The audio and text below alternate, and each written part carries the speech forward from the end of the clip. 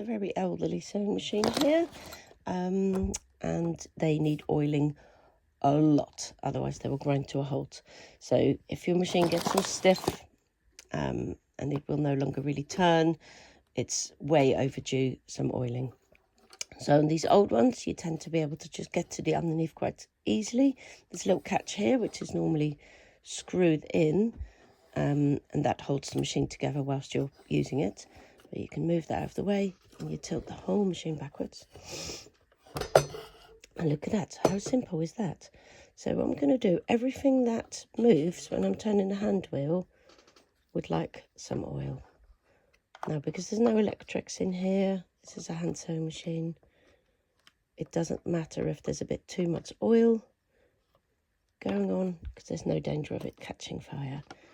Okay, that's a lot smoother already. Now, it needs oiling on the top as well.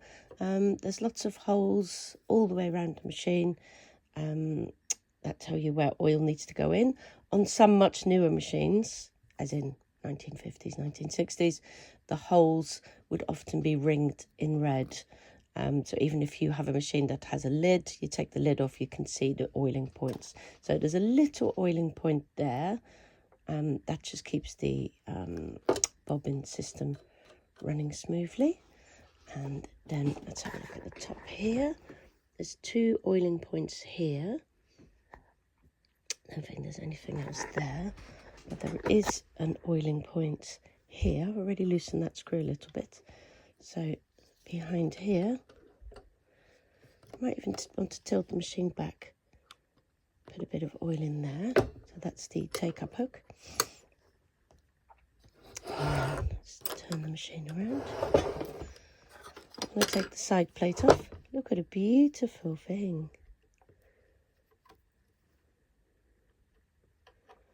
Absolutely gorgeous machine. And completely indestructible pretty much, obviously, unless you throw it out the window. But it's all metal. So here, taking this off will give us access to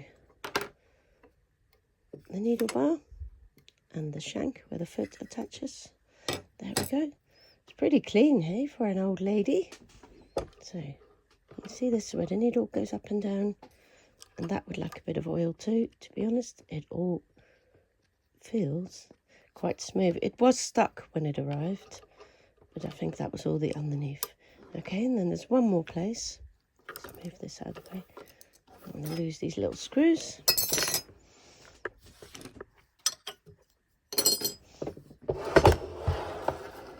And that's around the back here. This bit here. So this has a much bigger, oh no, stuck.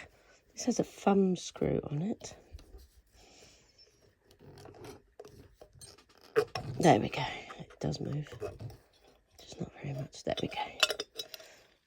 And that gives you access to the rest of the mechanism. I mean, what a beautifully simple thing, right? It does everything it needs to do and nothing else. I mean, this machine only does a straight stitch. It possibly doesn't even, actually, look, there's another oiling point in here. So that will give us the, there we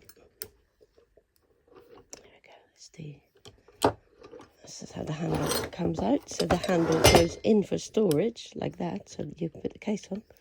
Look at that. No oiling points on there. Oh, look, there's a hidden sneaky one. In there.